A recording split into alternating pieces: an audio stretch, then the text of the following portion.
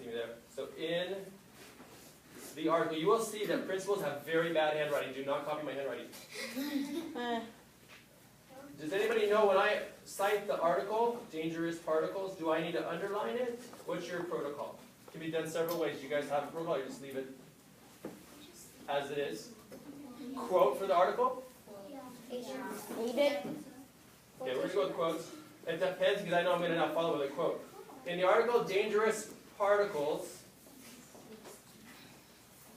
it states, comma, quotation mark, that, we'll go there, some atom, we'll get rid of, for example, some atoms can be radioactive. Now, I might need to go back to my source to see if it said that exactly thing, and I'm looking back at it. It says radioactivity occurs when an atom, which is articles.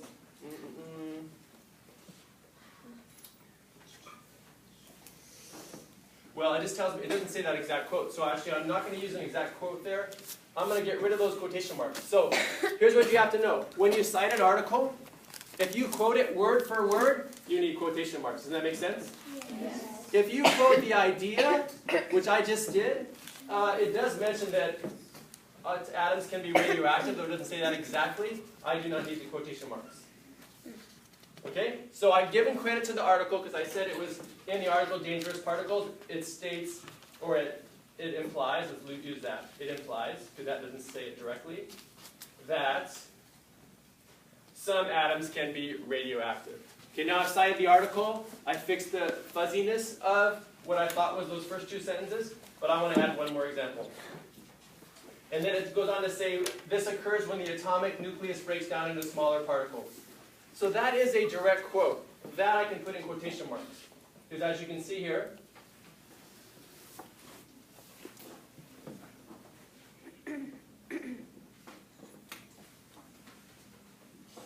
there it is in the very first sentence. Thank you. So radioactivity occurs when an atomic nucleus breaks down into smaller particles. So now I can actually use that quote in quotation marks, and that's what I'll do. So some atoms can be radioactive, and this occurs, or I'm going to say, because it says in the article, radioactivity occurs when the atomic nucleus breaks down into smaller particles. So I'm going to put that in quotation marks, beginning and end. You all saw that? I make it too small? No. Okay, so I've cited the evidence specifically, use quotation marks as needed. But I wanted to add another piece of information because I thought it was more powerful about harmfulness of atoms. And I'm looking back at the article. Let's look at that for a minute.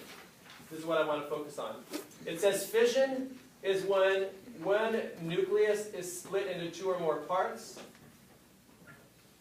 And in our nuclear reactors, fission is the main process. So talk to your partner for a minute and tell them what happens when fission occurs. Just talk to your partners. What happens when fission occurs?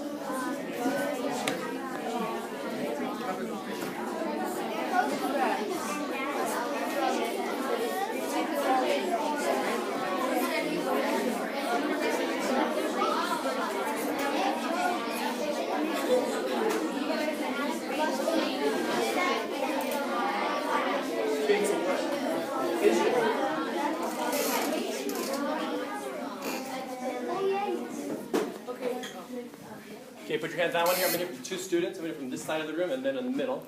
So two people. What happens when fission occurs? Yep, right there. Yes, ma'am. Fission occurs when a nucleus breaks down. Fission occurs when a nucleus goes into two parts. Yep. And so who can add to what she said and tell me then what happens? Yes, sir, right in the middle. Huge amounts of energy are released when either of these reactions occurs. Right, so he said huge amounts of energy are released, and he wrote right from the article. And huge is too small of a word. If you know, again, if you've seen pictures or videos of nuclear reactions or nuclear explosions, no more times, we've got to move on. Huge explosions, hundreds of thousands of people in Japan died when that bomb was dropped. So it's significantly, is that harmful? Is that going to catch my reader's attention? Yes. Right, so I'm not just saying it's kind of fuzzy like, oh, atoms are kind of harmful. Atoms will destroy the world when fission occurs. Literally. That's not an exaggeration. So I'm going to add that to my paper. So here I'm thinking, we talked about this radioactivity when atomic nucleus breaks down into smaller parts.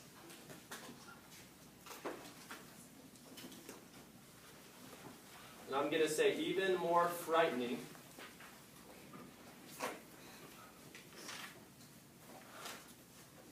The article, what was it called again? Dangerous particles. Thank you. Dangerous particles explains that fission, and I'm going to explain that process very briefly for my reader in case they don't know what it is, which is the process, and what did you say it was? The process of what? Of two... a nucleus breaking into two parts. Is it two nucleus or two atoms, or is it two nucleus of an atom? Remember? Nucleus is split into two parts. Nucleus, okay. So it would be when a nucleus splitting into two parts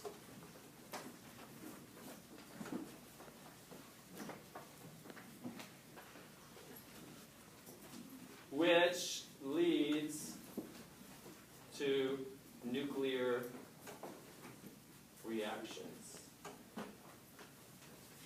So I'm going to, as an author, what I'm going to do now is do what I told you authors do. Reread what I just wrote and see if I like it. I might want to make some changes right now. So even more frightening, the article Dangerous Particles explains that fission, the process of a nucleus splitting into two parts, which leads to nuclear reactions. So if something's wrong with that, I didn't quite get it right? Can you see how that was awkward? So let's go back and read it again. Even more frightening, the article Dangerous Particles explains that fission, the process of a nucleus splitting into two parts, causes a nuclear reaction. So it's fission, and then I explain fission in that little apostrophe part there, where you can give a definition of that word. You've seen that in your textbooks or other books where you get the definition right after the word.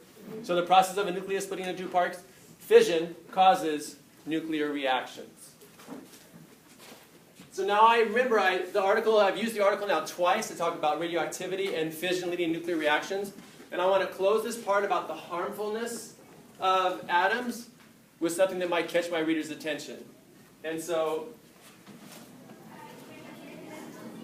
the end results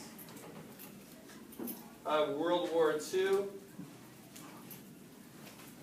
was the destruction, and I know those two cities. Anybody know the name of those two cities? They were, yep, right there. Nagasaki and Hiroshima. Yep. I don't know if I'm going to say it right. Hiroshima is what I've heard, and Nagasaki. Thank you. That's a lot of men. Okay, so let's read that and see if we like it. The end result of World War II was the destruction of Nagasaki and Hiroshima. So now, I'm just about done. I like the ideas I have up here. What am I going to do next, though? What do good writers do? Jacob? Good writers always end with a little conclusion, sentence. Okay, I think I've done that. And so to be sure that I have done that, though, I want to reread it again. Have I reread it a couple times already today? Yes. Am I going to read it again? Yes. Oh, many times, yes. Because you saw what that author's writing looked like, right? Let's go from the top. On the other hand, atoms can be harmful. Some atoms can be radioactive. In the article Dangerous Particles, it implies that radioactivity occurs when the atomic nucleus breaks down into smaller particles. Even more frightening, the article Dangerous Particles explains, I'm going to say also because I've already mentioned it once before, also explains that fission, the process of a nucleus splitting into two parts, causes nuclear reactions. The end result of World War II was the destruction of Nagasaki and Hiroshima, and I'm going to have to add at the back of that, because of the nuclear reaction.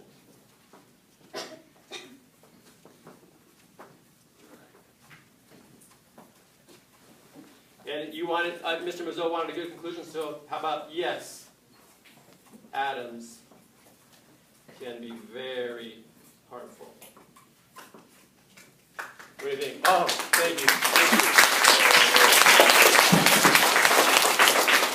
So, here's what I want you to do with your partner. I want you to come up with as many things as you saw me do as a writer in these 15 minutes.